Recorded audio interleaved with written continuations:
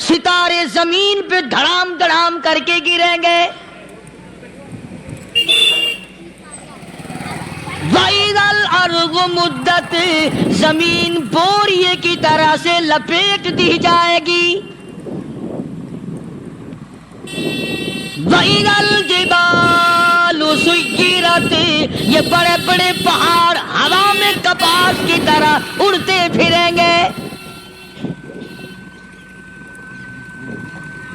تمام کا تمام علامات قرآن کریم بتا رہا ہے. اور آج مسلمان ہے، میں خود ہوں، آپ ہیں، میں قسم کھاتا ہوں کہ ہمیں خدا کے کلام پہ یقین کوئی نہیں.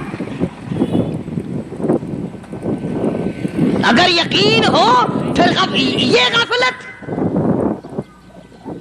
صحابی مدنی کریم صلی اللہ تعالی علیہ وسلم کا ساری رات کروٹیں بدلتا ہے. صبح ہوئی بیٹی نے پوچھ لیا، ابا جان میں ساری رات دیکھتی رہی، آپ کو نیند نہیں آئی، کیا کوئی تکلیف ہے؟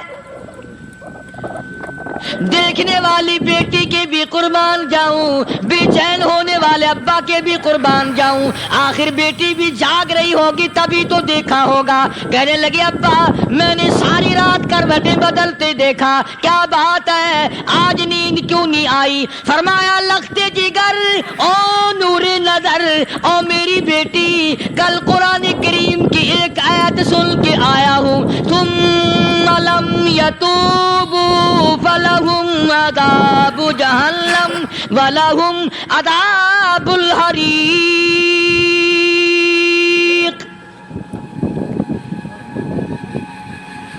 او میری بیٹی جس نے قرآن کریم کے ذریعے جہنم کی خبر سن لی ہو، جہنم کے انگاروں کی خبر سنی ہو، جس نے جہنم کی تباہ کاریاں سن لی ہو، او میری بیٹی نیند کیسے آئے؟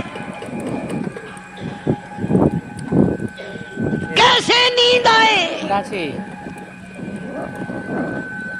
امام شافعی رحمت اللہ علیہ اتنے بڑے جلیل القدر ولی کامل ہیں، وقت کے امام ہیں، پرہیزگار متقی ہیں، اپنی بیٹی کو فرمانے لگے لختے جگر تیری آنکھیں بگڑتی چلی جا رہی ہیں، میں دیکھتا ہوں تو ساری رات نیند نہیں کرتی، ساری رات سوتی نہیں، مصلی پہ کھڑی ہو کر قرآن پڑھتی رہتی ہے، تو کچھ نیند کر لیا کر، آنکھوں سے محتاج ہو جائے گی.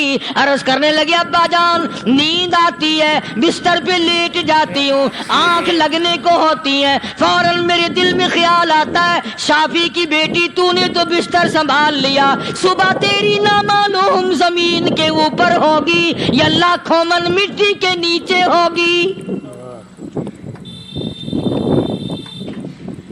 پھر میری نیند اکھڑ جاتی ہے، پھر کھڑی ہو کر خدا کا قرآن پڑھتی ہوں.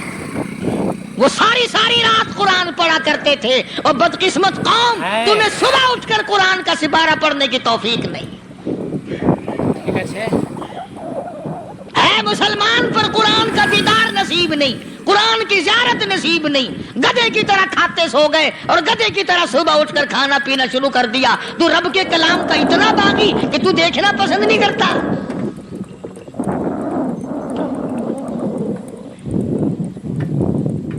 اور دنیا کی چیز اگر گھر میں نہ ہو، ٹھنڈے ٹھنڈے سانس مارتے ہیں عورتیں بھی، ہاں جی اپنی زمین کوئی نہیں نا.